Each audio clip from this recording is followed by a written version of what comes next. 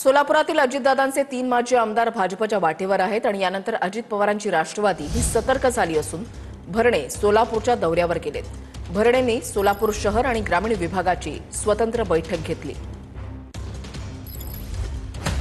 स्थानिक स्वराज्य संस्थांच्या निवडणुकीआधी भाजप अजितदादांच्या राष्ट्रवादीला मोठा धक्का देण्याच्या तयारीत आहे। अजित पवारांच्या राष्ट्रवादीतले सोलापुरातले 3 माजी आमदार भाजपच्या वाटेवर आहेत।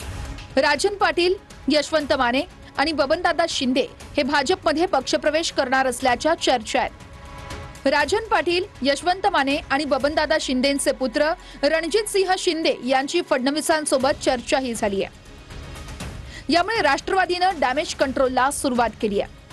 मंत्री दत्तात्रय भरणे सोलापुरात पोहोचले असून पक्षातली गळती रोखण्यासाठी त्यांनी बैठका घेतल्यात। त्यांच्या बरोबर त्यांची तुलना कुठं तुम्ही जर तालुक्याचे नेते म्हणून करत असाल तर ते दुर्दैव होईल। त्यामुळे त्याचा काही संबंध नाहीये।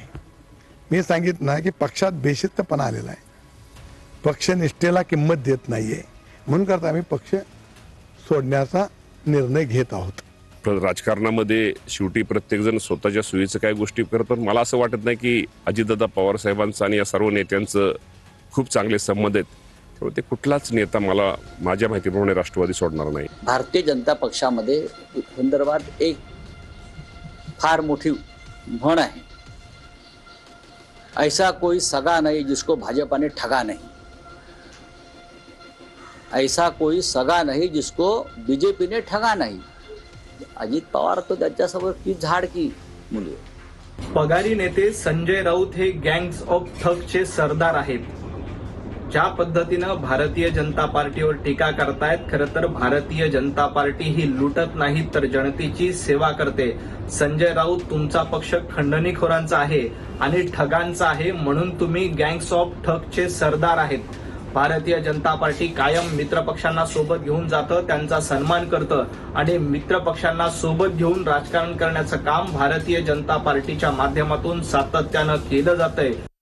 काँग्रेसचे कार्यकर्ते, हाडामासाचे कार्यकर्ते, खूप चिकाट कार्यकर्ते आणि समजा माझ्यासारखा मी जरी इंदापूरला अजितदादाला सोडून गेलं तर इंदापूर जनता अजितदादा पवार साहेबांना सोडणार नाही, त्यामुळे मी गेलं तरी दादाला काय फरक पडणार नाही। दत्तात्रय भरणे गेला तरी हे सगळ्यांना उत्तर दत्तात्रय भरणे मी इंदापूरचं पक्ष सांगितलं, मी इंदापूरचं पक्ष सांगितलं आणि जाऊ नये। माझं म्हणणं दत्तात्रय भरण्याचा काय समज गैरसमज असेल तो गैरसमज बसून तो निवृत्तींचा गैरसमज दूर करावा। दत्तात्रय भरणे 100% घेणार पुढाकार सगळ्याशी मी बोलणार आहे।